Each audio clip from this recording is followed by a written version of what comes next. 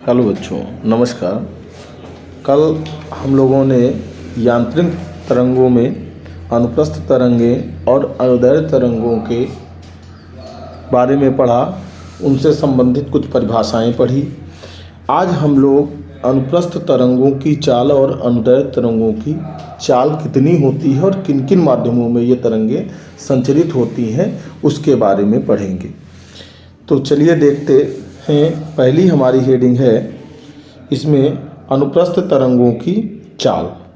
तो देखिए, अनुप्रस्थ तरंगें जो होती हैं वो केवल दृढ़ अवस्थाओं में ही चल सकती हैं। दृढ़ अवस्थाओं का मतलब क्या हो गया कि केवल ठोसों में ही ये उत्पन्न हो सकती हैं और द्रव और गैसीय अवस्थाओं में ये अनुप्रस्थ तरंगें उत्पन्न नहीं हो सकती हैं। ठीक, तो इनकी जो चाल है, जब अनुप्रस्थ तरंगें आपकी ठोस अवस्था में उत्पन्न हो सकती हैं तो उनमें ही निकलेगी और द्रव और गैस में ये अनुप्रस्थ तरंगें उत्पन्न नहीं हो सकती हैं। अब इस यहाँ से आपका एक बहुविकल्पी क्वेश्चन बनता है कि अनुप्रस्थ तरंगें किस माध्यम में उत्पन्न होती हैं। तो यहाँ पर आप क्या लिखेंगे, ठोस माध्यम में ये उत्पन्न होती हैं।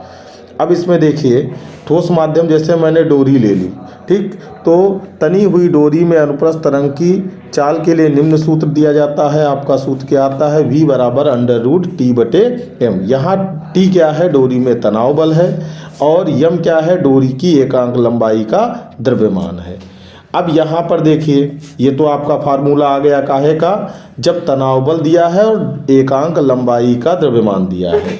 अब देखिए, अगर आपको डोरी से कोई m द्रव्यमान का पिंड लटका दिया जाता है तो वहाँ पर आपका क्या वेग आएगा उसमें।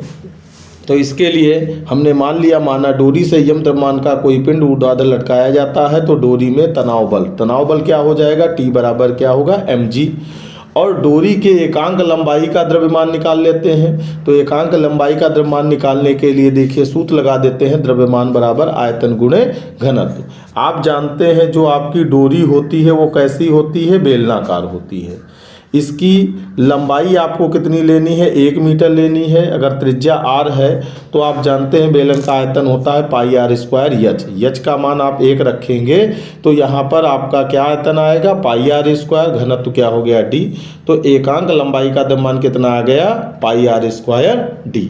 और ये मान हम सब उठा करके इस समीकरण में रखते हैं तो डोरी में तनाव बल का क्या सूत्र आ जाता है, V √ mg/πr²d। अब हम लोग बात करते हैं अनुप्रस्थ तरंगों की।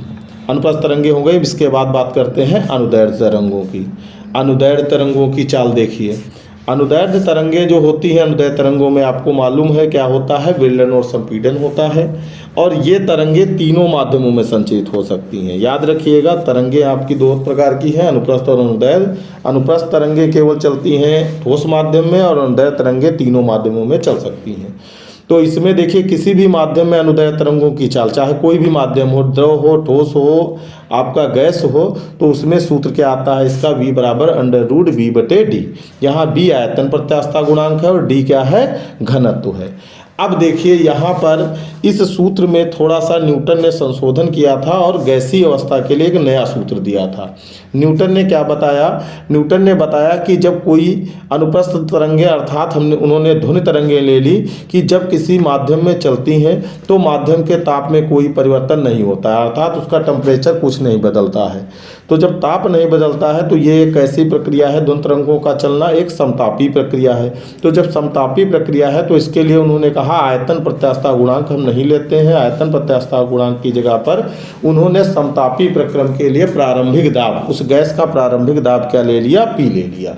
और जब प्रारंभिक दाब P ले लिया तो उसको जब इन्होंने इस फार्मूले में रखा तो उसका फार्मूला क्या आ गया, V √ P/d।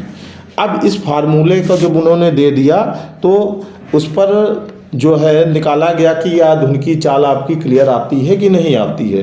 तो STP पर धुन की चाल के लिए उन्होंने जब P का मान और D का मान रखा, यहाँ से घनत्व का मान और दाब का मान रखा, तो ध्वनि की चाल आपकी क्या आ गई, इसमें देखिए ध्वनि की चाल इसमें आपकी 280 मीटर प्रति सेकंड आई। कितनी आई, 280 मीटर प्रति सेकंड।